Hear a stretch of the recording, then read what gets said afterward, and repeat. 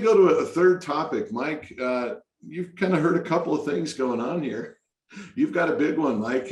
Mike Herberg is research director at the National Bureau of Research, and you, I know, are going to talk to us about energy. We're all seeing it on when we go to fill up with gas, but there's so much more to this story. And the energy has already come up in some of the discussion. In the chat thread, it's coming up. Give us your take on the impact on U.S. business strategy when it comes to energy and what's happening in Europe. Yeah, thank you, Maury and Bruce. It's a privilege to be here. I always enjoy these discussions and hearing what other people have to say and have a chance to have a captive audience for 8 or 10 minutes. This is a breathtaking supply shock that we're seeing right now. We've had oil shocks in the past, but now we're having an oil and gas shock, at least everywhere except for the U.S. On the gas side. So, and in fact, a coal shock. Coal markets are extraordinarily tight as a result of short gas. So, we've seen $80 oil prices in the last 2 years, 20, 90, and bounced off 135. I think yesterday we were 120. Spot LNG went from $8 to $4 during COVID.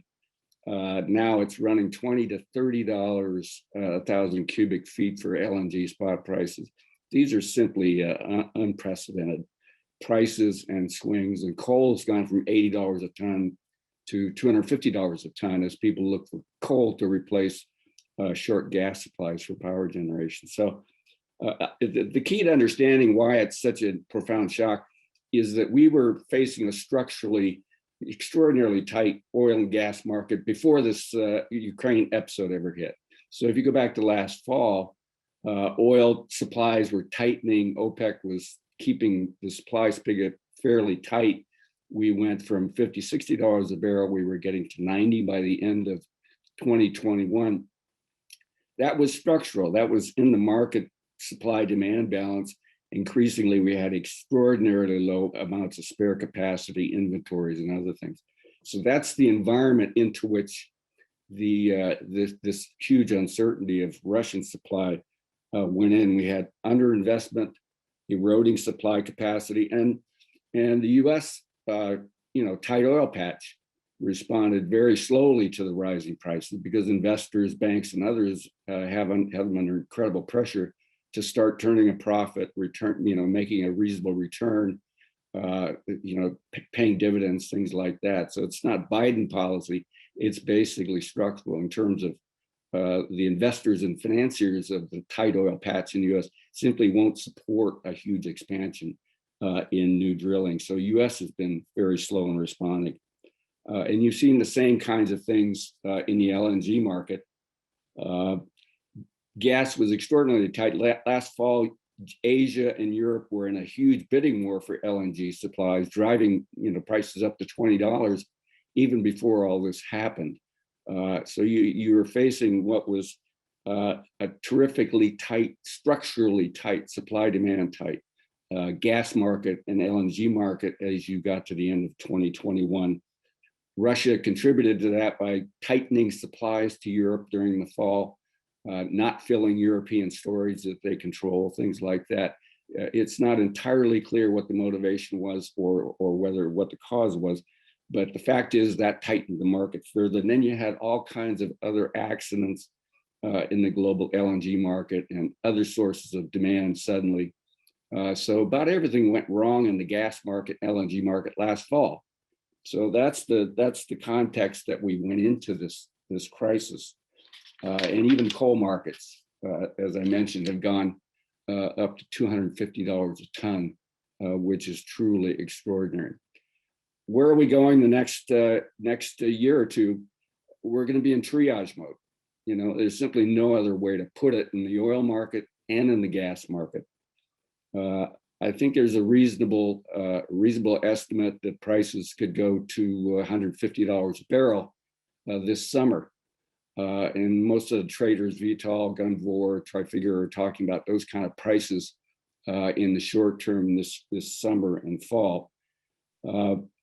We've already lost about 3 million barrels a day of Russian supply because traders won't handle the crude, either because they're worried about getting tangled in sanctions for insurance, shipping, financing moving Russian crude or reputational damage. We saw what happened to Shell when they bought a discounted cargo of Russian crude.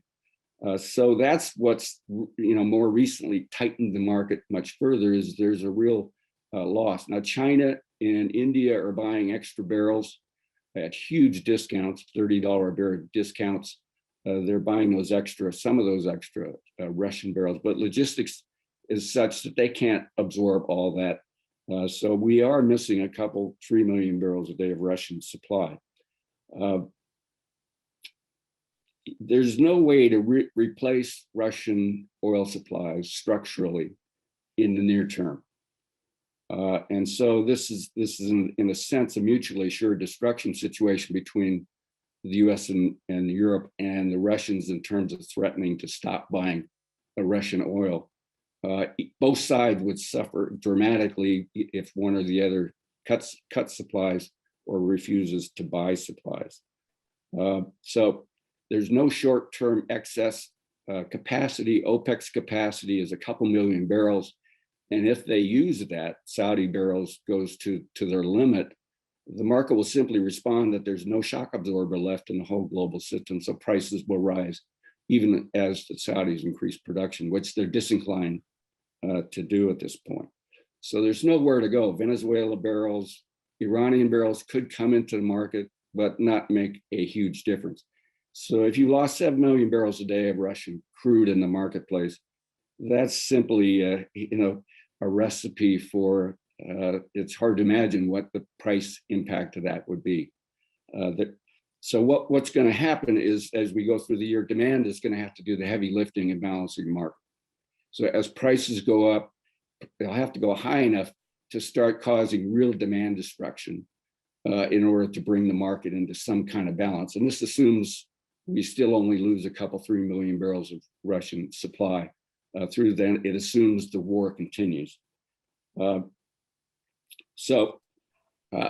likely to see a sharp recession in Europe. These gas and oil prices are crushing the European economy. You're seeing plants closing, aluminum, fertilizer, all kinds of other places closing because the costs of gas are so high. We're going to see a slower world economy, particularly developing countries impacted by food shortages, inflation, all kinds of other problems spinning out of this. So demand is going to have to do, the prices and demand are going to have to do the balancing as we go through this year and next, assuming we only continue to lose 2 or 3 million barrels of supply. New supply, a little bit from places like Brazil, Canada, Guyana, places like that. The US How much can we get from Canada, Mike? Can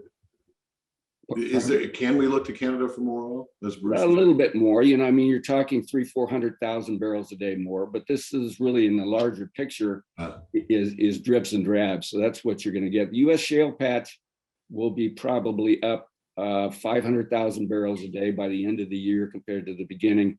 Next year, you could see another half to a full million barrels a day, which will begin to make some impact, but that's through 2023. So we've got a long way to see that response. And that's really going slow, as I said, because investor pressure and other things. On the gas side, it's just as locked up as on the oil side. Europe cannot do without Russian gas. They have a plan to reduce their use by 2/3 by the end of this year. Frankly, that's just not a realistic plan. Part of it is to buy more LNG. There is no more LNG to buy. The LNG market is sold out. And new supply is a couple of years away. So I think that's going to be very difficult to do, and that's going to be a really tough slog. Somebody mentioned in the chat about the Russians demanding rubles payments for gas. If they follow through with that, I think most of Europe is simply not going to be willing to support the ruble. That's effectively what that does. That would be a very hard political thing to do. But those decisions will, you'll have to balance the risk of basically losing supply if you don't. The other thing is those contracts are written to require payment in hard currency. And so they're essentially would be abrogating some key terms of contracts they've had in place for 40 years or contract structure. So it's not that easy to do that.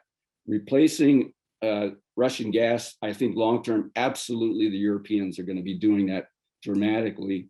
More renewables, demand being reduced, new supply coming in from other places gradually. US LNG supplies will be coming additionally in the next couple of years. Qatar will be bringing on a huge amount of new supply in 2025 or so, but that's a long way off. And so both these markets are structurally so tight. One final comment, we're heading towards what people kind of talked about, a balkanization of global oil and gas markets. And Russia is going to increasingly become a resource appendage to the Chinese economy. And that's what Putin, the long-term implications of what Putin's doing here as he's cut off from Western markets. China is in India, but China is the only place he can go with all this. So he is increasingly throwing himself into the tender mercies of the Chinese. And I think that's the balkanization that you're beginning to see. Mike, I want to get your take, and Bruce, if you could go after Mike from a perspective of, we all work in something related to managing businesses or communications and strategy and tone.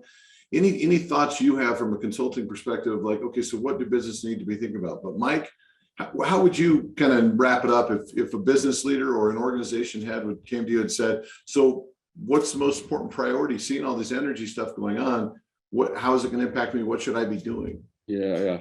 I think this is a decisive inflection point in global energy markets, oil and gas. It's like an earthquake or tectonic shift. So I think it's important. We're probably in for a lengthy period of 4 or 5 years of really tight, high cost markets. Your oil and gas supplies are likely to be very expensive unless we go into a really steep recession, which really crushes demand. That's the only way you're going to avoid that. And prices could get higher if you really see a disruption of Russian supply. So I would be preparing for sourcing in this balkanized world, away from Russia, away from allies of Russia. China will also be, I think, an increasingly politicized energy market. What it buys, buying US LNG, not buying US LNG, basically depending on China-US relations, strategic relations. So I think you want to source away from that set of suppliers to the extent you can, especially on the gas side. You do have more choices on the gas side, LNG. Renewables, you just can't move fast enough to get renewables scaled up to replace some of this. But that's, again, going to take a long period of time. So I would brace for some high prices for quite a long period of time.